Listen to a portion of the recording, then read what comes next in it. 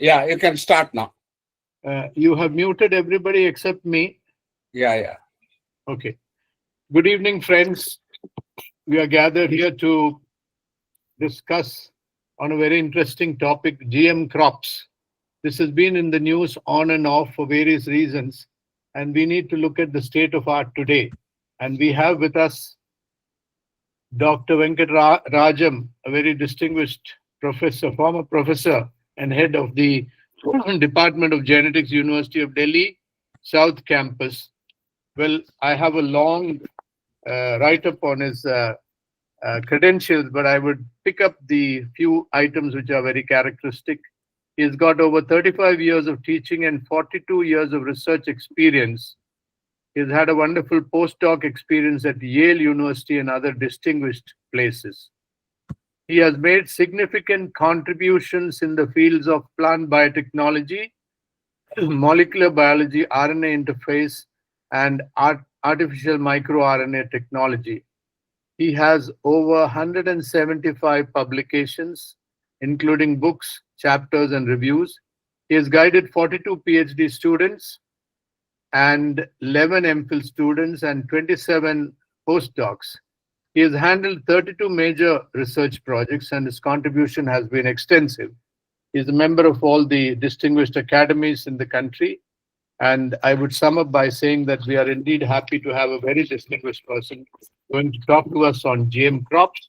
And maybe at the end of the discussion, I would mention that we have with us Dr. Ghosh, who has been the architect of the BT cotton in India. So he will have maybe a few remarks after your presentation. So now we invite Dr. Rajam for his presentation. Over to you, Dr. Raj. Over to you, Dr. Raj. Thank you, Dr. Raj, for your kind introduction and invitation to deliver this particular lecture on GM crops. As we all know, the genetically modified crops or transgenic crops are utmost important for sustainable agriculture and food security globally and also in India. So I will be mostly discussing about the most prominent examples of genetically modified crops like BT cotton in a global scenario as well as an Indian scenario. Next one, please. I think I have no way to change the slides. I believe. So somebody has to help me. Next one. Yeah.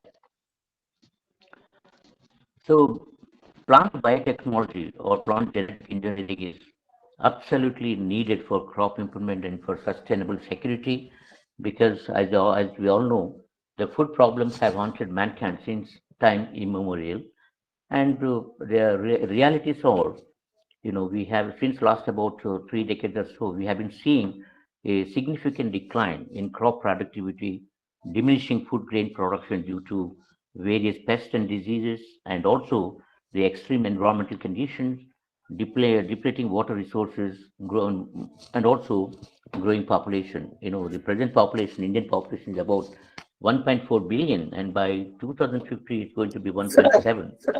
Yeah. Right. Okay. Can you hear me well? Am I audible well? Yeah. Hello? Okay. Thank you. And so therefore the food security or major pressing concerns of Indian agriculture. And as a matter of fact, there is a huge gap between population and food production. Population tremendously increased during last few decades, and food production not that significantly. So there's a huge gap between these two.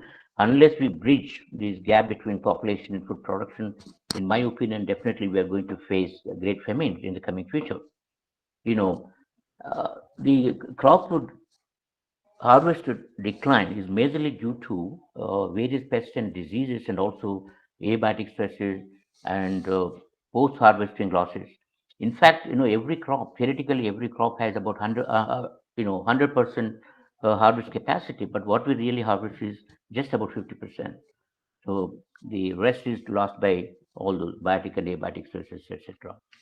According to Dr. Cleve James, who periodically updates the global status of GM crops.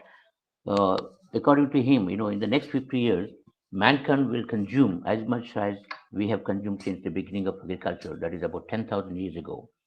It's a very interesting statement. So you can imagine the importance of food security. And recently, I have read in one article, and as a matter of fact, yeah, approximately 70% increase in food production is required by 2050 to feed the growing mass, that is about 9.1 billion world population, according to FAO. And the other thing, most important is we must double our food production, that too sustainably on the available, arable, or cultivated land. The previous one, please. Yeah. Sorry. The previous slide. Yeah. Is it okay? Is it okay? Yeah. No, the previous one. Okay. Okay.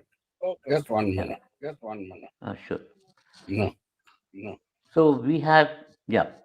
So currently the available arable land is about 1.5 billion hectares, and we must increase the food production, by 2050. And that too, we have no scope to increase the arable land because we have already exploited the forest and other areas. So looking at the 70% increase in food production, so obviously we need the most innovative biotechnological techniques or interventional biotechnological techniques along with the plant breeding. So we have, I think, in my opinion, we have only two options: technology options, plant breeding and plant genetic engineering. So no doubt, plant breeding since last over 100 years or so, plant breeding has contributed very significantly, and more than 90% of the crop varieties that we see today virtually developed by plant breeding methods. So, and plant breeding is continued to contribute. But plant breeding alone probably cannot contribute to that extent, 70% increase in food production. So that's where, the genetic engineering comes into picture.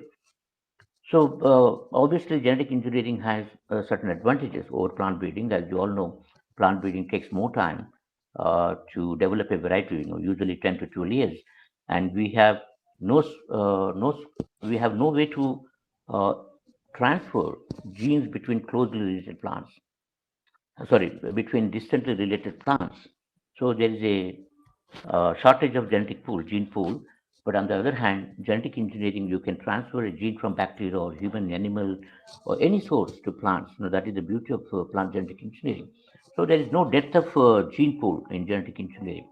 So if we can couple plant breeding along with genetic engineering, including most latest techniques like RNA interference or genome engineering or gene editing, so probably we can increase our food production very significantly, very much required to feed the growing mass.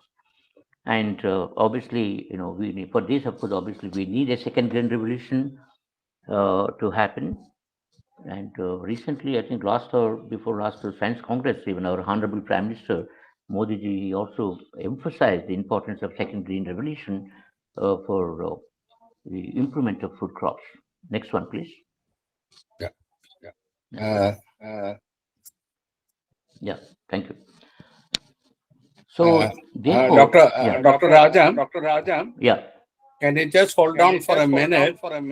yeah, Because sure. I'm in a mode and I'm not able to see who are wanting to get in. Okay. So I'll just go back to that. So Dr. Kannan, shall I raise my hand so that you can share the slide instead of saying every time saying? Yeah, that's please, okay. Next slide. But I'm Yeah. not able to see you. And because I put the full screen. Oh, okay. Just Then one minute. yeah. 1 minute. Mm-hmm. I'll just give me a minute. Because I didn't realize that people are trying to get in. Yeah. So sorry.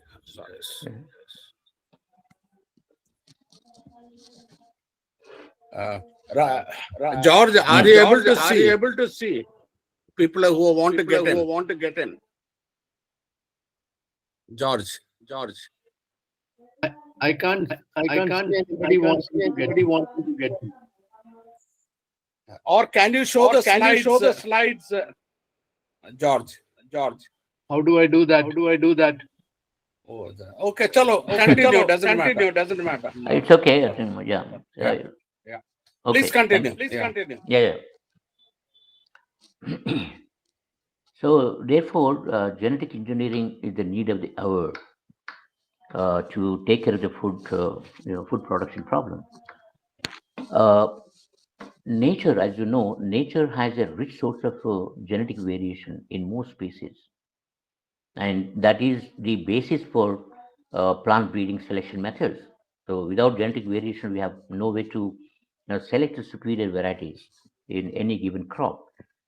And like look at here, the bean seeds, you have a variety of seed coat color and patterns, and it is in nature, of course. But as we know, the nature does not have all the genetic variation man desires and all of the traits that we need in the same species. I'll try to convince you by giving a few examples where the genetic variation, natural genetic variation cannot contribute to our desire. So the first one on your left top panel, first one, banana. So this genetically modified banana, which produces an antigen against cholera, and of course now we have different crops which produce antigens against dreadful human diseases like HIV and a few other important diseases. So we have no way to have this kind of variety in nature. So nature cannot provide us this kind of crop. Similarly, you know, blue roses. I'm sure we have never seen blue roses in the market until recently. Uh, through genetic engineering methods, and more recently, RNA interference was used to develop blue roses. Because that, in fact, plant breeders they have dreamt since last about 180 years to develop blue roses, but they fail because of simple reason that roses they lack blue pigment. So to develop blue rose, they have isolated blue gene from other ornamental plant like chrysanthemum, and then they introduced into rose to get a blue rose. So same thing, this can't happen in nature again. And the other best example is golden rice. Golden rice is rich in provitamin A or beta carotene. And later on, of course, they have introduced three more genes to have more of iron and iron absorption. And a few other examples like blue cotton, genetically modified blue cotton developed by Chinese. This cannot happen in nature. Similarly, Hello. the genetically modified Was corn, trying which to can join. produce a molecule and that burns the stored fat. So obviously, the products that are made out of genetically modified corn, if you eat them, you can become physically stressed. And the last one, of course, strawberries are always red, but I would like to make a blue strawberry, by genetic engineering method. I would love to see that change in strawberry color. So, so obviously, the biotechnology is absolutely important because it helps to meet our basic needs: food, clothing, shelter, health, and safety. Next one, please. Yeah.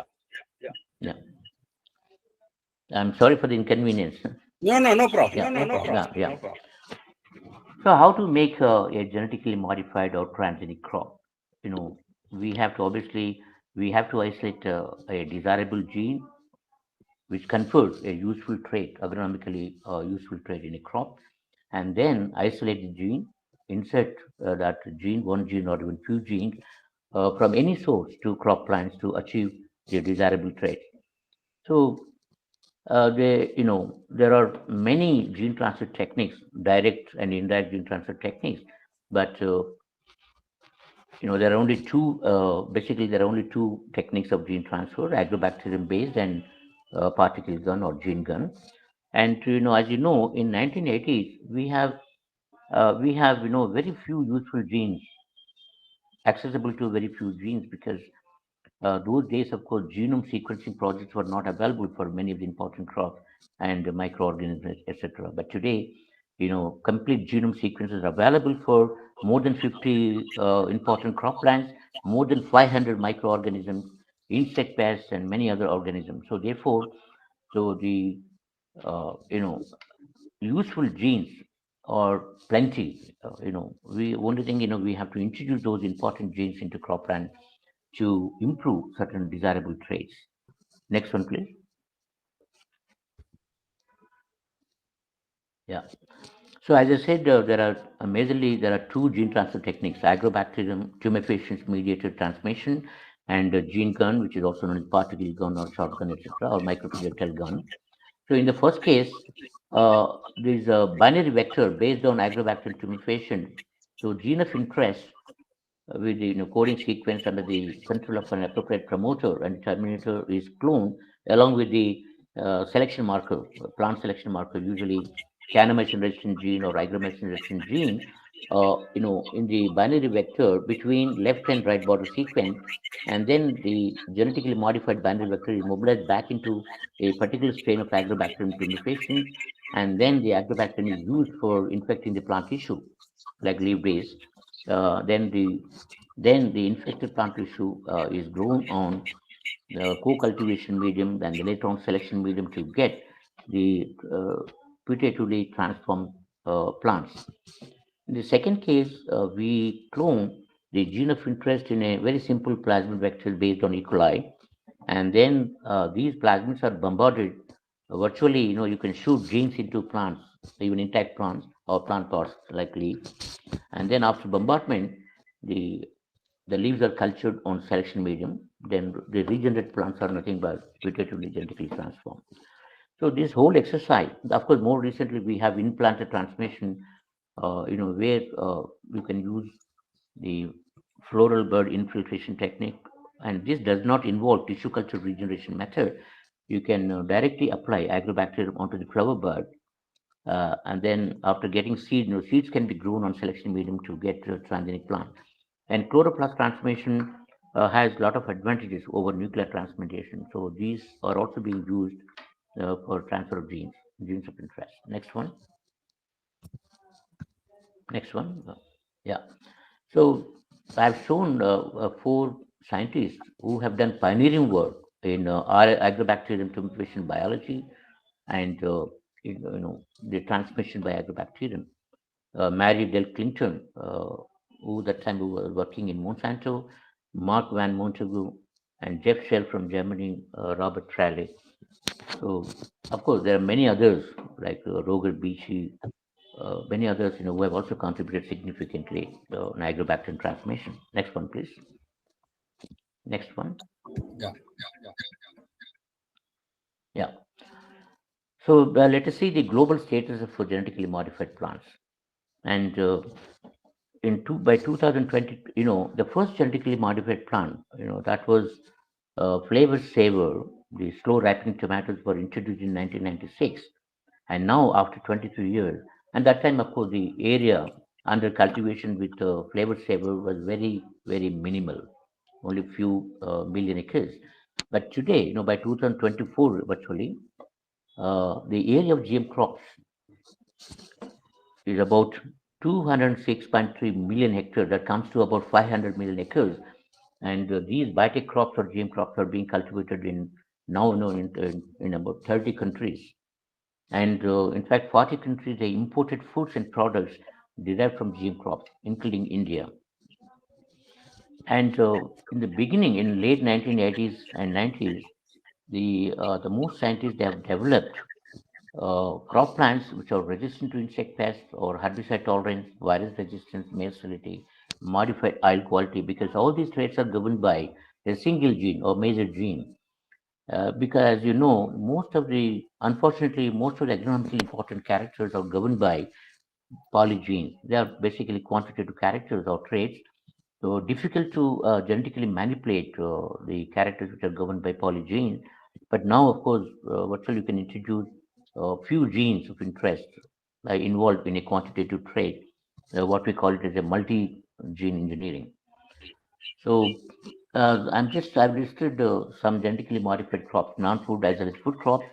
Under non-food crops, of course, cotton, BT cotton, herbicide tolerant cotton plays a very key role in agriculture. Then you have other examples like poplar, alfalfa, bent grass, eucalyptus, tobacco, carnation, rose, and petunia. Then food crops, we have many, more than 20, there are more than 20 crops. The major crops are being maize, soybean, canola, potato, tomato, papaya, etc. So next one, please. Yeah, Dr. Khanna. Yeah. Yeah. As I mentioned before, flavored saver tomato was the first transgenic crop commercialized very successfully in the US in 1994. And of course, the Americans, they have been eating flavored savers for several years, and nothing has happened. Of course, there are no side effects on human health or so forth. There's no strong scientific evidence that eating flavored saver has caused, harmful effects in human and also animals. So this flavor saver, basically they have knocked down the expression of polygalactoronase, which is involved in softening of fruit cell wall. So obviously they have delayed the fruit softening. As a result, they could see a significant delay in fruit ripening. So that time, of course, they have used the antisense RNA for gene knockdown, sorry, gene suppression of gene expression. But now we have more potent techniques like RNAi or gene editing tools. These can also be used for the same purpose. And subsequently, several genetically modified crops, both food and non-food crops, have been developed and commercialized globally. And to mention few examples, we have more popular examples like BT cotton, BT corn, BT rice, BT canola, herbicide tolerant, particularly glyphosate, herbicide tolerant to cotton, maize, soybean, papaya, and squash, and virus resistant papaya. So these were commercialized between 1995, 97, and 2009. In addition, many other genetically modified crops with the traits, um, the first example which I mentioned, they come under first generation of GM crops. Then second generation of crops that would include traits like phytoremediation, that is cleaning of polluted environment by introducing genetically modified plants. Biofortification, golden rice is the best example, with a rich in provitamin A. Then production of pharmaceutical important compounds and proteins, recombinant proteins in GM crops. So this field is also very, very important. And people have already raised antibodies or we call it the plantibodies in GM crops. And there are few examples of commercialized the compounds which are used against some important diseases in humans. So let me give you details of some prominent GM crops very briefly because of positive time. Next one, please. As you all know, BT. When we talk about GM crops, the first thing that comes to mind is BT cotton, resistant to an insect, very important, the notorious insect pest, that is Helicoverpa armigera, which is popularly known as cotton bollworm. And cotton, of course, as you all know, very important cash crop in the world. India is also one of the leading countries for cotton production. About 9 million hectares spread across in 9 states, particularly Gujarat, states like Gujarat, Andhra Pradesh, Rajasthan, and also Punjab. About 25% of the cotton is exported, earning about 360 billion rupees in foreign exchange. Of course, India provides 15% of the world cotton. So, very importantly, unfortunately, cotton yield is significantly affected by a variety of pests. Among these, the cotton bollworm, the Helicoverpa armigera, is the most important one. There are, of course, minor bollworms like spotted bollworm, etc.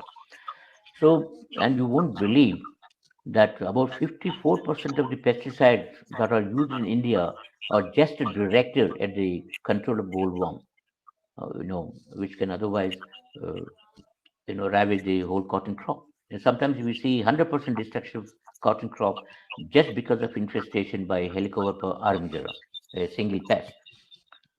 And the Hello. yeah, I think There is echo. Okay. this, You know, Understand. Understand. all others, they have to keep mic in mute so that we don't see any echo. So BT cotton was developed by deploying cry genes, which encode for delta endotoxin. The delta endotoxin is produced in Bacillus thuringiensis bacterium during sporulation, particularly under stress condition. And this delta endotoxin, is highly toxic to insect pests. And even in 1930s, farmers they had used Bacillus thuringiensis as a biopesticide or as a spray for the control of various pests, particularly on cotton. So, the Monsanto company was the first to develop BT cotton resistant to Helicobacter pyrethrum by deploying Cry1 AC. Until now, Cry1 AC, the most potent gene for the control of insect pests in cotton and few other crops. And of course, there are 72 events involving Cry1 AC, and there are few other genes like Cry1 AB, vegetative insecticidal protein, lectin, chitinase, chitin synthase. But the most success is with Cry1 AC and other Cry genes. And in fact, these 72 events involve 21 lepidopteran specific genes. These Cry1 agents are interestingly Cry1 genes. They are highly specific to a particular group of insects, like Cry1 AC, Cry1 AB, specific to Lepidopteran insect pests. So in the bottom figure, you can see delta endotoxin crystals in the during the sporulating Bacillus bacteria. So initially, I think in 1990s, the Monsanto was the first to introduce Bolgard 1 resistant to Helicobacter pyrethrum, but after a few years, the Helicobacter pyrethrum developed resistance against cry gene. So therefore, they have to introduce one more gene, and that is called Bolgar2. And these BT cotton Bolgar2 was introduced in 2006, and this is resistant management against insect pests. Yeah. So there are other resistant mechanism or management, but BG2 was successfully introduced to avoid insect resistant problem or to manage insect resistant problem. Next one, please. Yeah. Papaya. So, the papaya, like in Hawaii Islands of US, the very important cultivars of papaya are being cultivated in Hawaii Island. And unfortunately, in 1980s, the most of the novel cultivars or genotypes of papaya were being extinct just because of one viral infection that is caused by papaya ring spot virus. So the whole crop, can be destructed just by the single virus. Then the farmers were losing most important germplasm because of this virus infection. And that time, Roger Beachy from US, he had used a concept that is called crop protection. If you, crop protection, if you infect a plant with low pathogen virus, then the same crop, can be resistant to highly virulent virus. So initially, the coat protein gene of the same target virus was introduced into papaya to develop GM papaya, and which is highly resistant to ring spot, papaya ring spot virus. You can see in the figure on your left, this conventional or non-GM papaya, where you don't have even single fruit. The whole crop was destructed. On the right hand side, the transgenic or GM papaya, highly resistant. You can't see even a single ring like structure caused by virus. So this GM papaya for viral resistance was introduced in 1996 and is highly cultivated in many countries. So there is a rumor that GM papaya is being cultivated illegally in India, and I don't know how far it's correct. So that means we are eating GM papaya unknowingly. So I'm not sure about this anyway. And there are a few other examples of virus-resistant croplands like cassava, potato, tomato, and cotton. in cotton virus, cotton leaf curl virus, which is also very important viral infection in cotton. Next one, please. So you can imagine, no, I've given two prominent examples where just a single gene was introduced and results are remarkable, like insect resistance or virus resistance. Similarly, we have a few other prominent examples, like a late blight potato, late blight potato, resistant potato. So, as you know, late blight potato is caused by Phytophthora infestans. It is a very deadly fungal pathogen, and it causes complete destruction of potato. And we all know about the famous example of Irish famine. Due to destruction of potato, which has Irish, which has led to Irish famine, and millions of people died, millions of people migrated to neighboring countries. And for the first time, the Central Potato Research Institute, Shimla, they have come up with the GM potato in 2006, which is highly resistant to Phytophthora infestans, and this was done under Agricultural Biotechnology Support Project 2 in collaboration with Cornell University, Ithaca.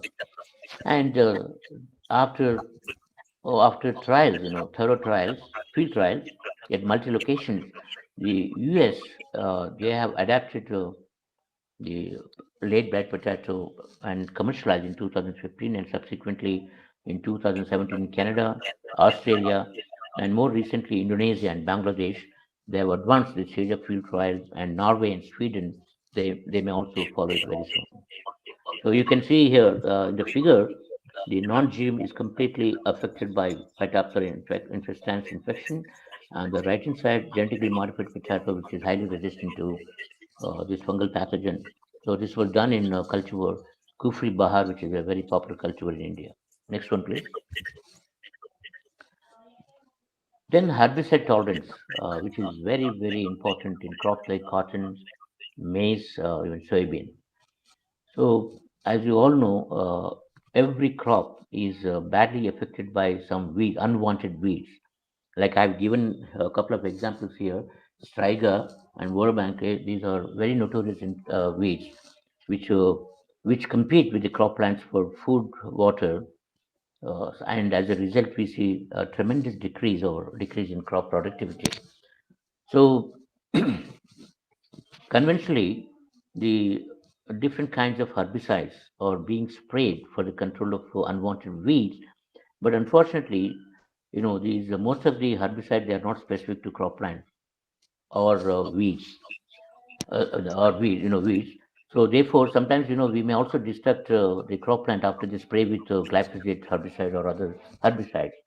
So for the first time, the herbicide tolerant, uh, the soybean, canola, and few other crops like cotton, maize, sugar beet, sugarcane wheat were created or engineered for glyphosate resistance. So initially, actually, this enzyme 5-enol pyruvate shikimate 3-phosphate synthase, in abbreviation, of course, EPSP synthase. This enzyme is present in chloroplast, and this enzyme is targeted for many of the herbicides. So initially, the EPSP synthase, chloroplast-specific EPSP synthase gene was introduced into canola, but unfortunately, the tolerance was not that high. So subsequently, resistance to glyphosate is engineered into plant by adding a gene from the soil bacterium, that is agrobacterium species, that encodes a glyphosate-resistant version of EPSP synthase gene. The herbicide-tolerant cropland that we see in the field, so basically this EPSP synthase gene from agrobacterium species were introduced, which is a highly glyphosate-resistant version. And there are many events like about 17 crop species have been engineered for herbicide tolerance, particularly glyphosate and phosphoryltrizine. And glyphosate initially, a biochemist from Russian scientist, he had synthesized glyphosate and which was commercialized by Monsanto. The Monsanto could earn a huge money just by selling glyphosate in the beginning, and now of course glyphosate being used for the control of weeds on many crops. Then there are about 370 events for herbicide tolerance. And as a matter of fact, the herbicide tolerance based on EPS percentage approach is eco-friendly because the only weeds are selectively eliminated or destroyed, not the croplands, because croplands having the expressing EPS percentage, they are tolerant to the glyphosate or other herbicides. So it is eco-friendly, and this is also a predominant trend since 1996. The companies like Monsanto, Syngenta, they have developed herbicide-tolerant cotton, maize, or soybean, and canola. Next one, please. Then another very prominent example is golden rice, which is rich in beta carotene, which is also known as provitamin A. And this is the best example for multi-gene engineering because the scientist Dr. Ingo Petrakis from Switzerland, not from Germany, sorry, Switzerland, in collaboration with Dr. Bayer from Germany. So they have introduced the three genes involved in the pathway, beta carotene pathway, and these are phytin synthase, phytin desaturase, lycopene bicyclase.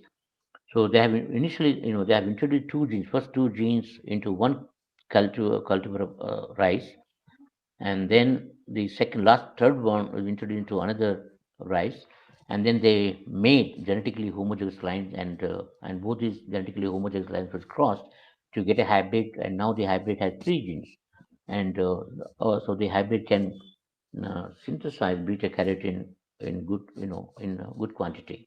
In fact, the rice lacks beta carotene biosynthetic pathway. So it's a very interesting example where a whole biosynthetic pathway was introduced or inserted to create a golden rice.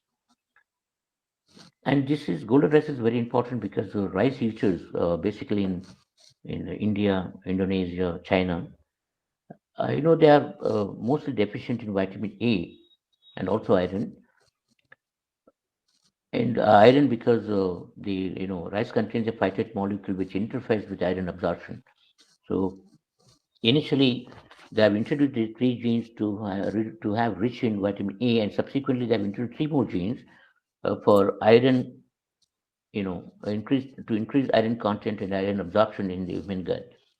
So this golden rice was developed about 15 years ago, but unfortunately there was a hue and cry from NGOs and other organizations not to make the golden rice commercial.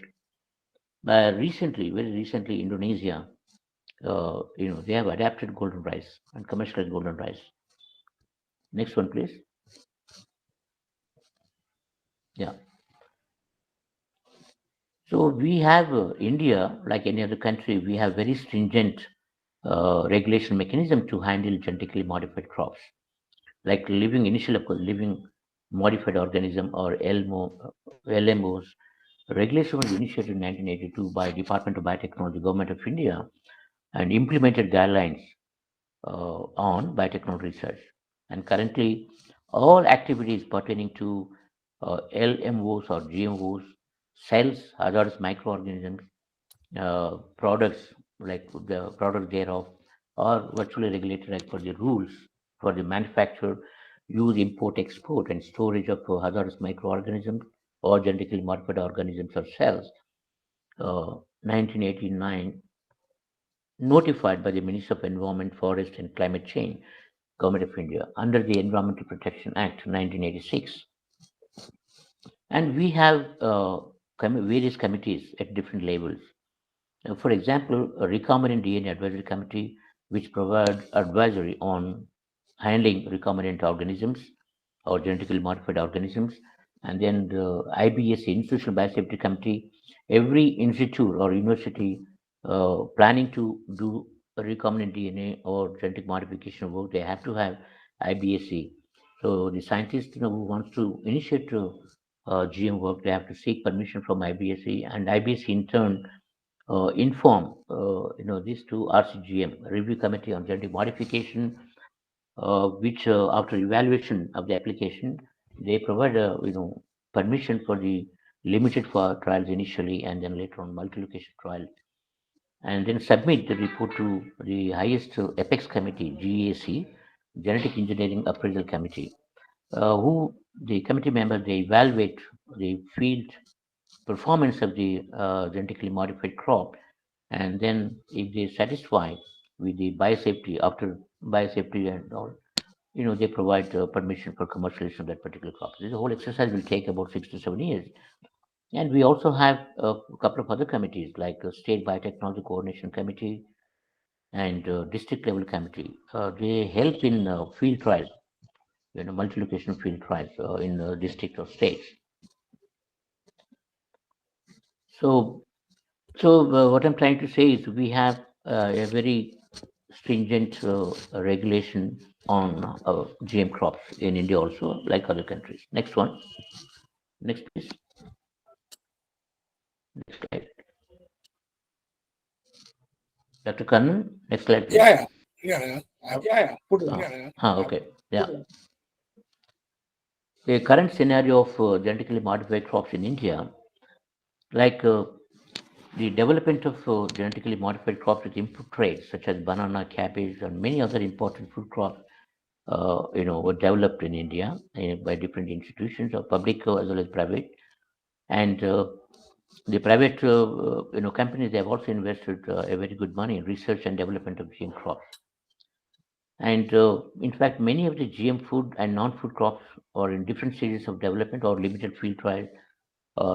And of course, as you know, so far only BT crop hybrids have been commercialized, or non-food crop, and there's no single example of GM food crop, which is commercialized in India. Because of this is because of moratorium in transgenic crops, like except BT cotton, and this was, this statement was given by the Supreme Court when BT Brinjal was given approved for commercialization after field trials and biosafety aspects. So, however, what I'm trying to say is, owing to moratorium in transgenic crops, particularly these after BT Brinjal was given permission, so there was a restriction or the government of India not allowing for the cultivation of food by genetically modified crops. So there's a concern about GM food crops by the government of India. And but otherwise, the vegetable oil derived from GM soybean or canola, these products are being, approved for import in India from abroad. But a lot of other companies, a lot of seed companies, they have procured the genetically modified germplasm for the breeding purposes. In fact, they have done multi-location trials at the biosafety research level 1 and 2, and these unfortunately these are not being commercialized because of the moratorium or ban on transgenic food crop, till now. Hopefully, the government of India will adapt, GM food crops for commercialization in India very soon. Next one, please. Yeah. Next one now. Then the BT cotton in India.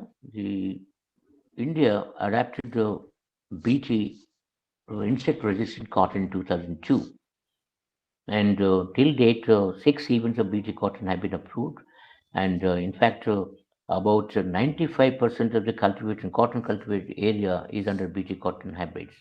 So that comes to about 12 million hectares of India's total cotton acreage under BT cotton hybrids 2.2.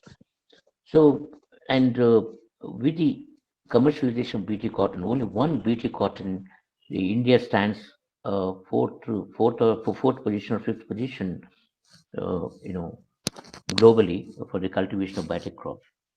And the private companies, the many seed companies, they have come up with more than 1,000 BT cotton hybrids, and these hybrids are cultivated in different localities in India as per the geometric or the suitability of the region. Yeah, next one, please. Next one. Yeah, BT cotton was created, or for protection of brinjal against the shoot and fruit borer. Shoot and fruit borer, is by a very deadly insect pest, Lucinodes urbalis, which predominantly feeds on brinjal. And in fact, it's very difficult to control this pest, Lucinodes, because farmers they give more than 40 insecticidal spray to control this, because after the pesticide spray, the pesticide or insecticide it cannot reach the insect larvae because insect larvae is inside the fruit. So, for the first time, the MICO, they have come up with the three habits: MHB, 11BT, and 13BT. Slide. I can't see the slide. Hello, Dr. Kannan. Hello. Yeah, thank you. Yeah. Yes. Hello? Yeah, Is yeah. okay, no? Now I can see. Yeah, Yes, Yeah. yeah. So these MICO in yeah, it's okay now. Yeah, MICO in collaboration with the Tamil Nadu Agricultural Institute, Coimbatore, University of Agricultural Sciences, Dharwad, and ICR, Indian Institute of Vegetable Research, Varanasi. They have developed BT Brinjal, and in fact, the event E1 was recommended by GAC in 2009. But unfortunately, because of moratorium, 10 years moratorium, BT cotton was not commercialized in India. But the same event, after 10 years or so, was approved for commercialization in Bangladesh. And Bangladesh farmers are quite benefited by cultivating BT brinjal hybrids.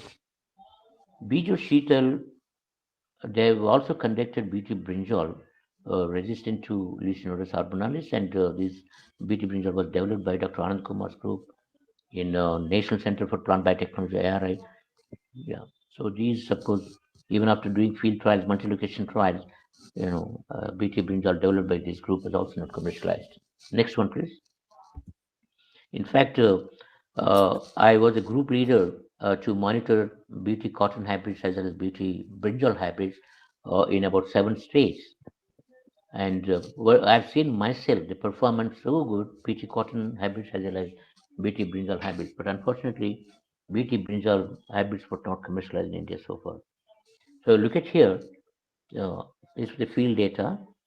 So in an average, about 133 fold increase of yield over non-GM BT. So there's a significant, very significant increase in the brinjal yield just because of protection of brinjal against foot and shoot borer. Next one, please.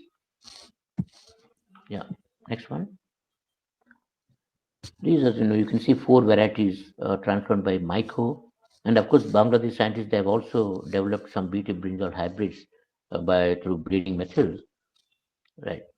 So again, there's a rumor that BT brinjal, some of the BT brinjal hybrids are being cultivated in India illegally because we don't know really. Next one, please. Yeah. Next one, Dr. Kannan. Yeah. Cauliflower, cabbage, okra, tomato, brinjal resistant to different insect pests were developed by Dr. Anand Kumar's group in IRI. And rice, of course, was developed by Dr. Raina when he was in IRI. And okra, GM okra for insect resistance was also developed by MICO recently.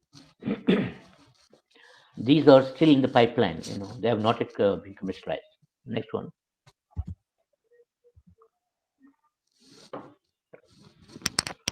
There's Ama, potato, and rice were developed by Professor Asit Datta in collaboration with Dr. Shubhra Chakravarti, the former director of NIPGR. Of course, Asit Datta was the founder director of NIPGR.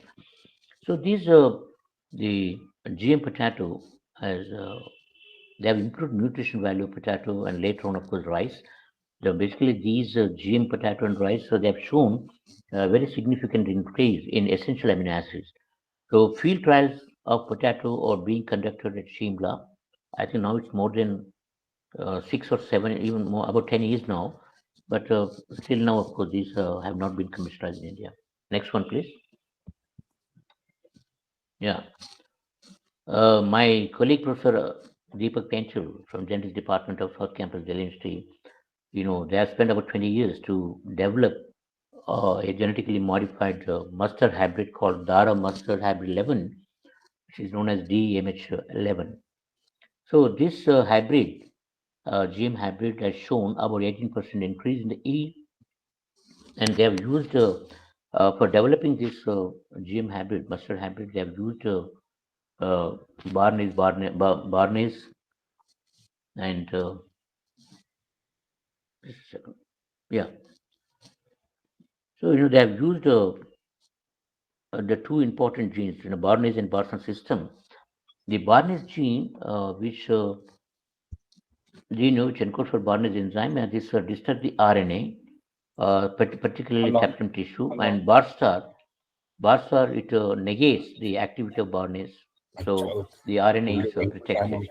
So the one line, actually, Dr. Painter's group, they have developed one line with Barnes and another line with Barstar, and of course, one of them also contains a gene for herbicide tolerance, that is pasteurization. And then when you cross, the mustard plants expressing Bornese, they are ranthus because of destruction of RNA, particularly in tapetum tissue.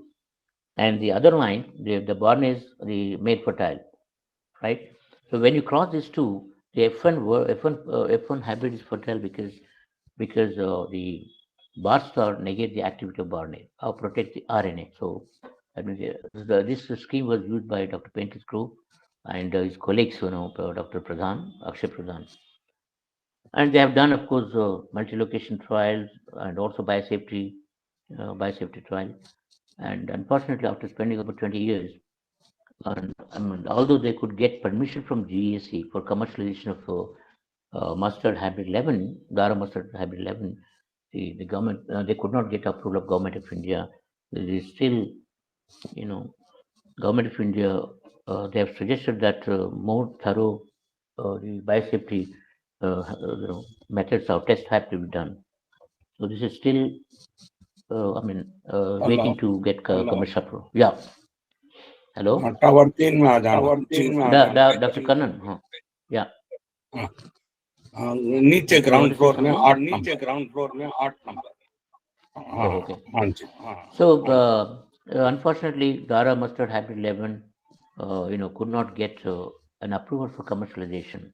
So, next one, please, Dr. Kannan. Next one. Yeah, I think. Dr. Rajam, Yeah, I have very few more slides. That's it. I might take 5 to 7 minutes, if it is okay. 5 minutes.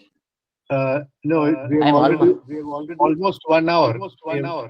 And you only not half one the hour. slides are over. Only We have half started slides at are 7 over. time. We have. Okay. I Okay. think maybe I'll skip the last slide. The not Okay. very important. Okay. So yeah, so the major concern about GM crops is that people, particularly public from Europe and few other countries, they have a great concern about cultivation and you know consuming the GM food. They think that including some organizations, NGOs and environmental biologists, some organizations, they think that alteration, the GM crops, they might show alteration food quality, potential toxicity or potential allergicity, the possible creation of new viruses or weeds or toxin. So these are some of the important concerns about consumption of GM food. Some even think that altering plant genomes to be playing God and morally unacceptable because of illegitimate recombination. So the public concern is made by these organizations, Greenpeace or Green Companion Rules and Ecology. Next one, please. Next one. yeah I've already mentioned the concerns about consumption of GM food for health, human health, and animal health. The major concern is consumption of GM food may cause, toxicity and allergicity. But although GM crops have been thoroughly tested for their safety. Next one. Similarly, yeah, the commercialization of GM crops, the other concern is the cross pollination between GM crop and wild species. So that way, there might be a transgene flow from GM crop to wild relatives, and this might, cause some risk, particular to the biodiversity. So, there's one paper where Chinese guys, they've shown that pollinators, honeybees, are being affected by consuming pollen from BT crops like BT corn. But this was disproved, later on by FLG that the, the BT pollen do not cause any significant effect on pollinators like honeybees or the monarch butterfly. Next one. So, yeah. So the another concern is the contaminating pre-existing gene pool or you know creation of new weeds. These are some of the important concerns about the environment. Next one. Next one, please. Yeah. So therefore, the scientists have come up with some alternate approaches, particularly genome editing based on CRISPR-Cas system and RNA double-strand RNA as a spray, which is nothing but RNA interference. Next one, please. I was told by Dr. V.S. Reddy that there will be another talk exclusively on genome editing. So I won't be taking much time. Genome editing by CRISPR-Cas system is, proven to be a very, very important for crop modification, for the improvement of certain traits.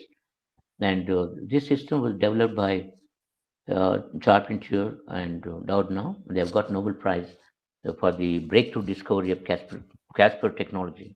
There are a couple of other gene editing systems like Gens and Talents, which have not become that popular. Next one, please. Next one. Yeah. So the gene editing is basically, you can either delete a DNA sequence or copy and paste a new DNA. So this system, CRISPR-Cas system, basically, you have guide RNA, about 20 base sequence, which has homology with the target double-stranded DNA, and Cas9, which acts like a nuclease. So the guide RNA, it directs the Cas9 to identify the target DNA, and then it creates bunkers, double breaks in the DNA, and then it can, after the double breaks in the DNA, it can undergo either non-homologous based joining, end joining, or homologous based joining. So the first one leads to deletion of DNA sequence, and second one, of course, you can copy and paste a new DNA. So there now we have quite a few vectors for genome editing. I've shown one here. Next one, Dr. Kannan. Next one.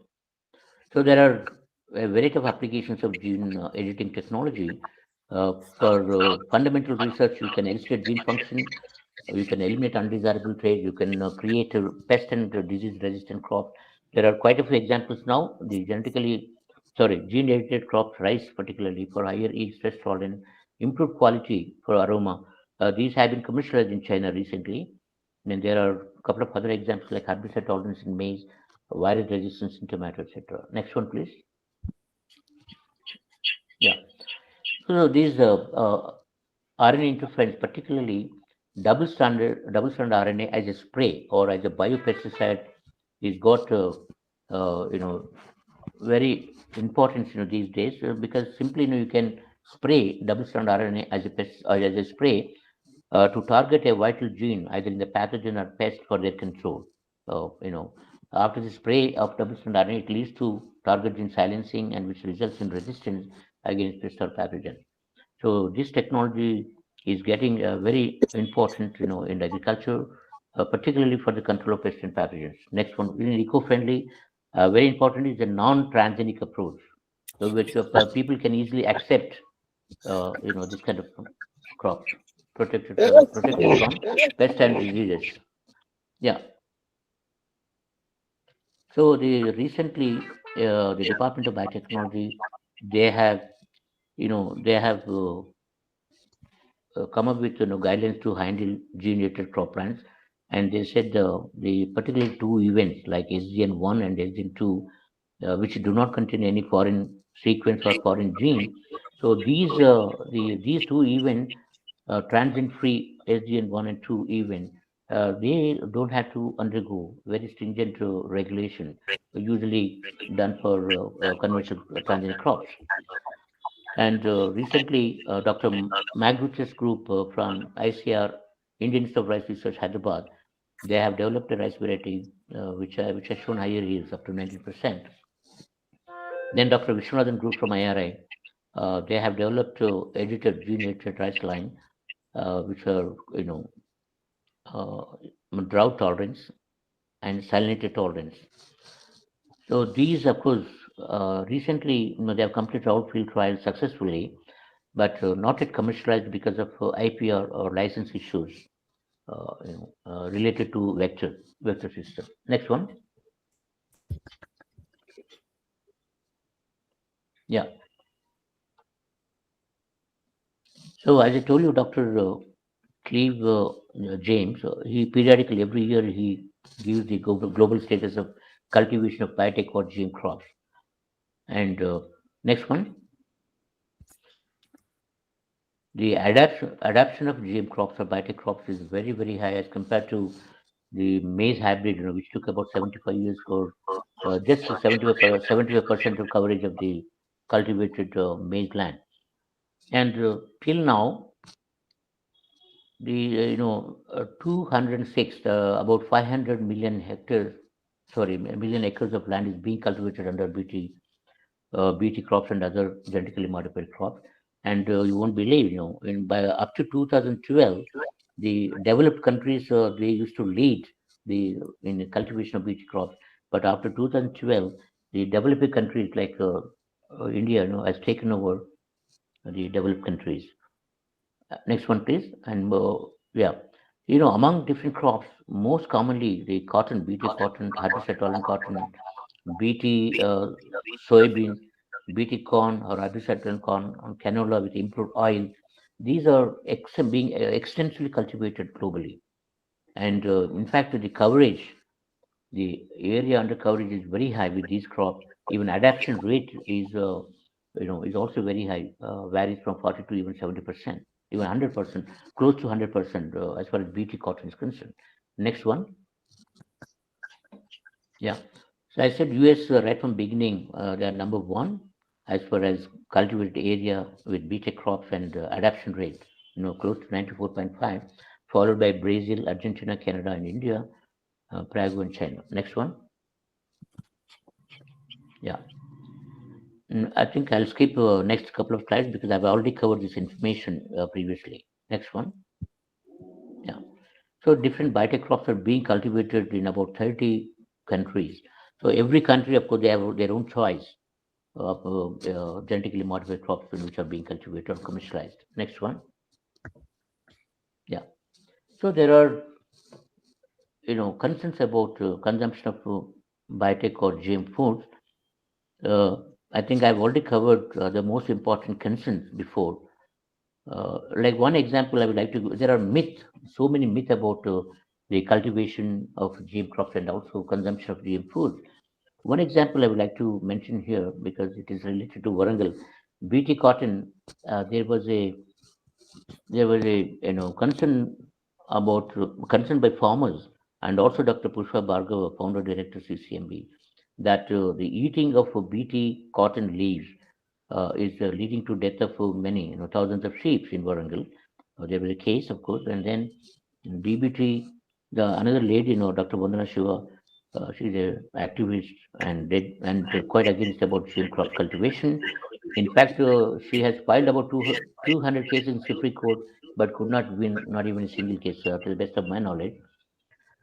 So this death of sheep, of course, this DBT, they have sponsored a project to look into this problem, and then the outcome of that project, they said the sheep were dying because of some other viral infection, some other reason, not because of eating BT cotton leaves. Next, please.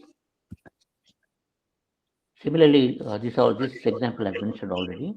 The eating BT cotton pollen is leading to decrease or decline in monarch butterfly population.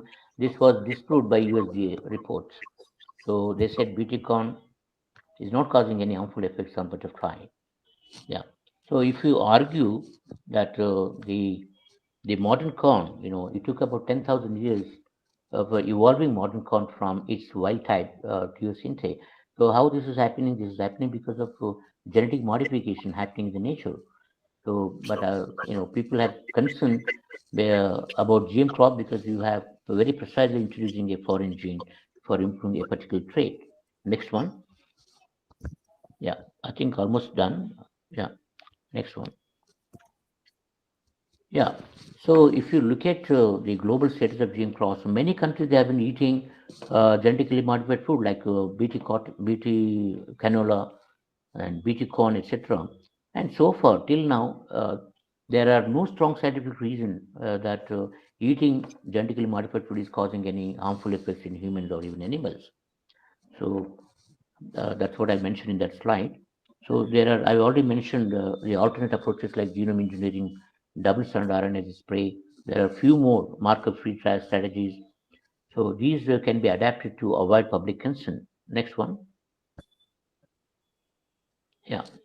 So in conclusion, I would like to emphasize that the genetic modification or genetically engineered crops have immense potential for crop improvement for sustainable food security in India and globally.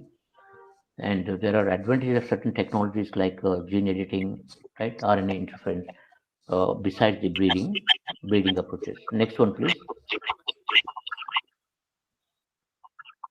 So what is important is public awareness is absolutely important. This has to be created by scientists, and of course, Department of Biotechnology is playing a pivotal role to create awareness about GM crop cultivation, uh, to farmers and even laymen. So undoubtedly, the GM crops they play a very important role, and they may solve the problem of human hunger and disease. Next one, last one, I think. Yeah, I would like to thank Dr. George for giving me this opportunity. And of course, we have also contributed a chapter, myself and Dr. Siva Reddy and my student and Dr. Krishan in his edited book. And I would like to thank Dr. Anand Kumar, who has shared some of his slides for this presentation. Thank you all for your patience.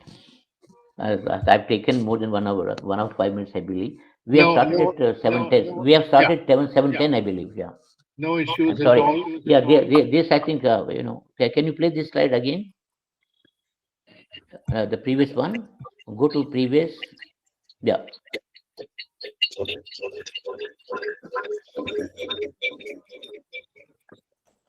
Oh. Yeah.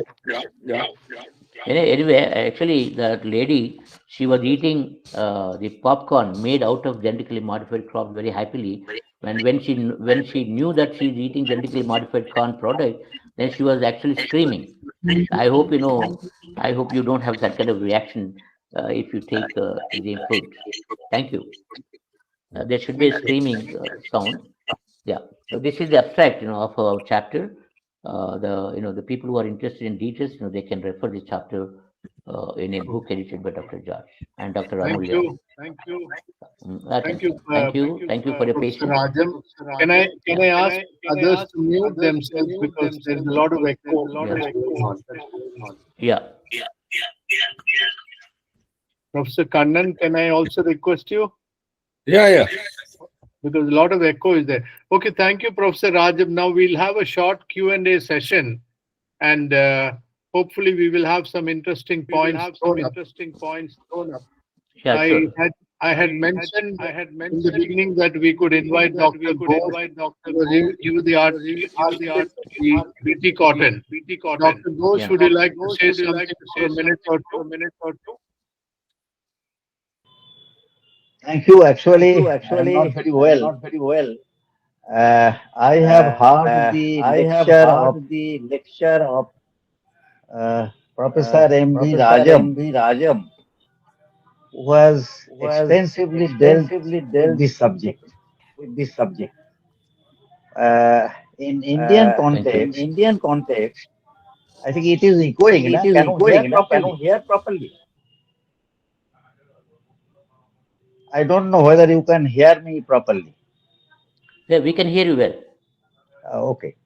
You see, in one or two sentences, I would say that BT cotton has done wonders in India for a few years.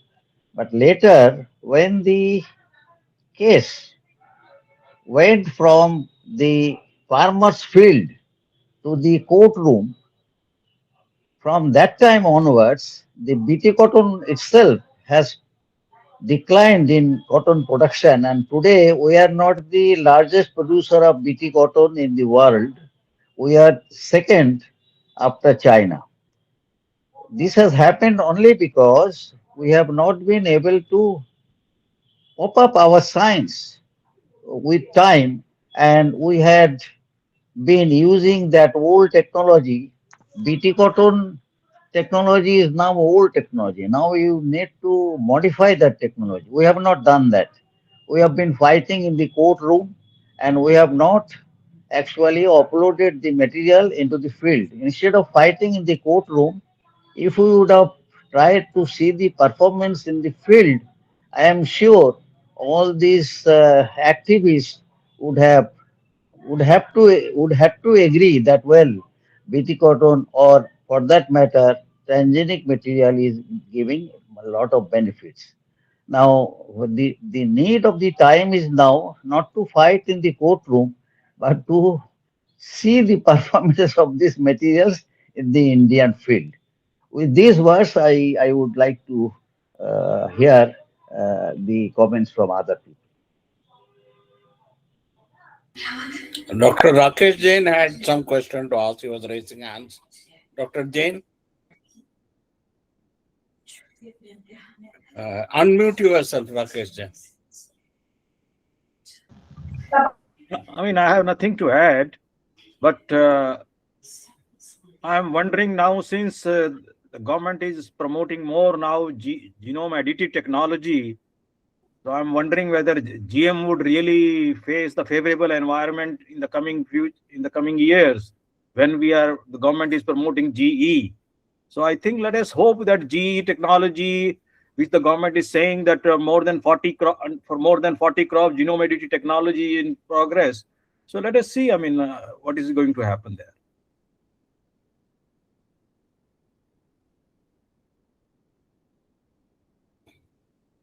Anybody else would like to make a remark or a quick question? Dr.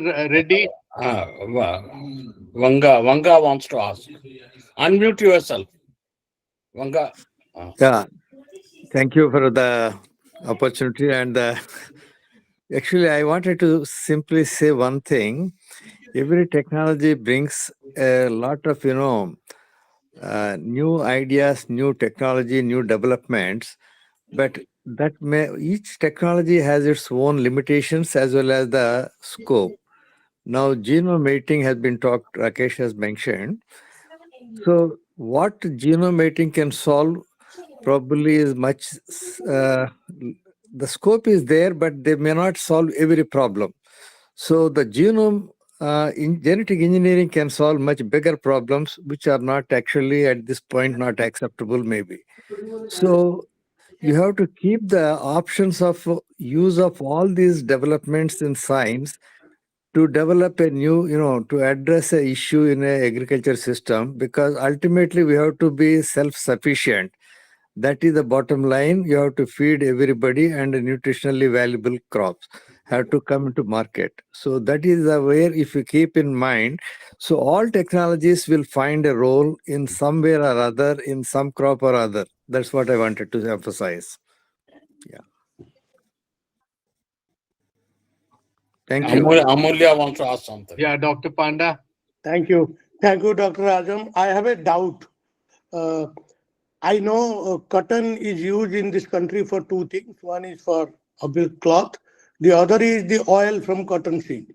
I was wondering, when you enhance the biosynthetic capability of the plant by making more cotton, does the cotton seed oil content is affected at all, or it remains same?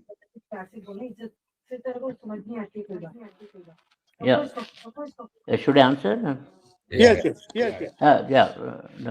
Amulya, the cotton genetically modified seeds from genetically modified cotton, if they are used for the extraction of oil, cotton oil, so it is not affected. Like canola oil, for example, which is we are importing canola oil, and oil does not contain any transgene or any foreign sequence, so public can easily accept No, BT I'm cotton. not talking about the acceptance. I'm the amount of oil the seed has. The cotton seed has about 42%, very high content of oil. So because what I think But the the cotton, biosynthetic potential of the plant is fixed. If something is going towards cotton, something should reduce. So is it affected by oil content in the seed? My inquiry is that. I don't think, during biosafety trials, all these are being considered. Safety of BT cotton, BT oil, all those are considered. I don't think oil content will change BT cotton as well as canola and few other crops, soybean. Dr. Amulya, you see, there is no change in the content of the oil. There is no changes No, anyway. I'm not talking content, percent of oil. Percent or so that rate has not been changed at all. Oh, Irrespective. that's a great achievement. The other thing people are trying to do is, since so much of cotton seed oil is available for industrial purpose, the only problem in the oil is for edible purpose is the gossypol. So there are people who are making attempts to remove the gossypol from the cotton seed oil, and they are trying to test whether it can be also used as a vegetable oil or not. Yeah, So yeah, this is the development they are trying to bring in. Dr. Reddy, no, in fact, Dr. Rato from US, he has come up with the 2 RNA lines which show negligible or no content of gossypol, which have been commercialized recently in US. Oh, great. The only problem is, and that's a cotton oil, cooking oil can be used for human consumption without any effect. That is also true. The only problem is, if you knock out the gene for gossypol, the cotton, is very resistant because of the gossypol production. So it will become susceptible to many other insects. Yeah, I understand, but so that is why negligible amount. That's why the strategy may not work. But removing the gossypol after extracting oil is one of the very important solutions. Yeah. Okay. Thank you.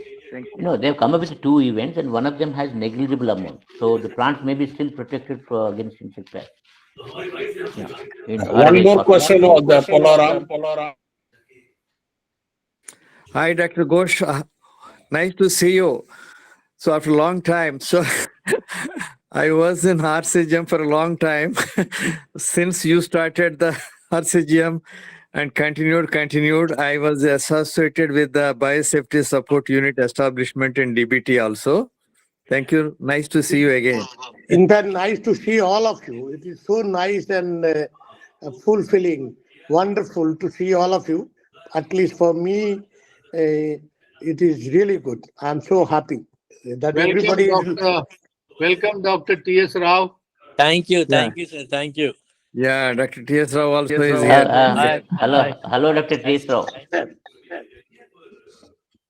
भाई ऐसे क्या करो, old दोस्त मिलते रहे तो जिंदगी थोड़ा आसान हो जाता है बुढ़ापे में. It is nice to see all of you and wonderful lecture. Rajam, it's nice to listen to you. Thank you very much. Yeah. Very good. Lot of reviving the old information. Professor Ghosh साहब बोलते थे. Yeah. You see, I want to add one point. You see, Amulya asked the question whether the oil content in the genetically modified BT cotton gets reduced from the non-GM crop. It does not get reduced at all.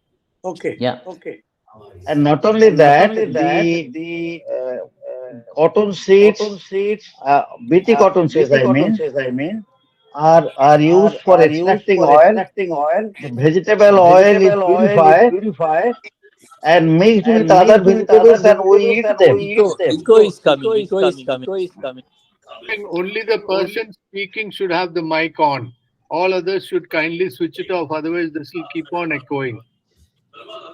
It's very difficult, really. Yeah. I'm very glad to see a lot of my old friends.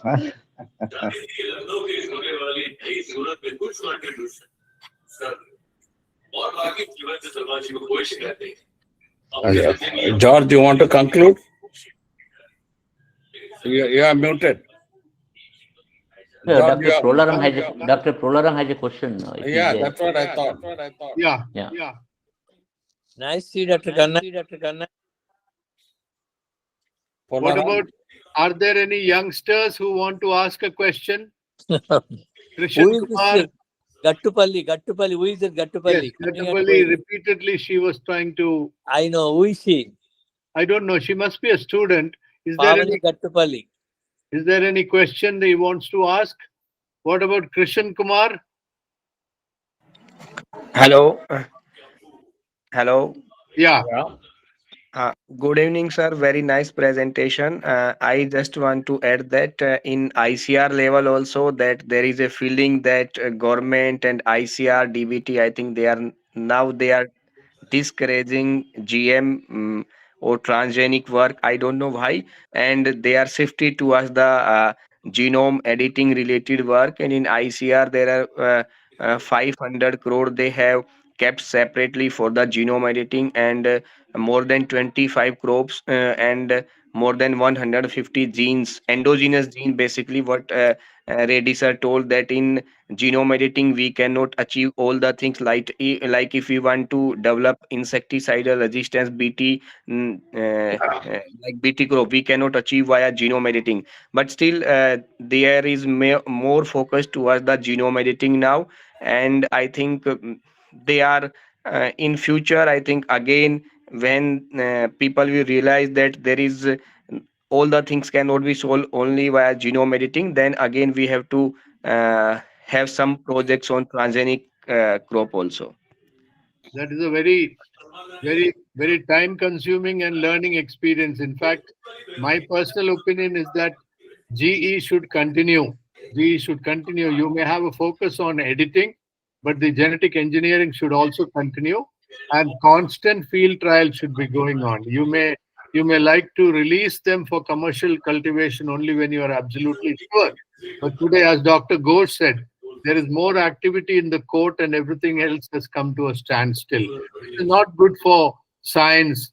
And I think we should probably try to make an appeal saying that this should be taken in a more positive manner. Don't release it till you are 150% sure that everything is super safe. So that's in my personal opinion on that. So if there are no other questions, are there any questions? Thank you. Krishan Kumar, can you mute yourself? Can you mute yourself? One point. Field trial have been granted for maize, also for transgenic maize, and 2 event has been under field trial in Ludhiana. And now government is allowing field trial, but see what will happen after field trial about commercialization. Okay. Thank you. If there are no more questions, with your permission, can I conclude? Yeah, please. I request everybody to mute their mics. Thank you, Professor Rajam.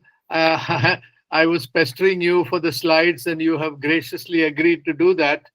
And your presentation has been very comprehensive. It's been very kind of you to have joined us. And you have also strengthened the activities of KK Biotech and SBPI, because it's being held under the aegis of these two organizations. And Dr. Ghosh is the president of SBPI. Dr. Kannan is the president of KK Biotech. So we were trying to put together some of these things, and you have been very generous in contributing to our deliberations. I thank you personally. And with this, let me, on behalf of everybody, say a big thank you to you, and look forward to your continued success. And also kindly join for the next session on January 12th. Yeah. That's the birthday of L. Pragada Subbarao, unsung hero as far as India is concerned. Yeah. Antibiotics. Not only antibiotic, he has done a whole lot of things. Yeah, I know. So kindly join, just join on January 12th at 7 p.m. because that is also his birthday. So, Okay. Thank you. Thank you very much. Thanks everyone. Bye-bye. Bye. Bye. Bye. Bye. Bye. Bye. Bye-bye.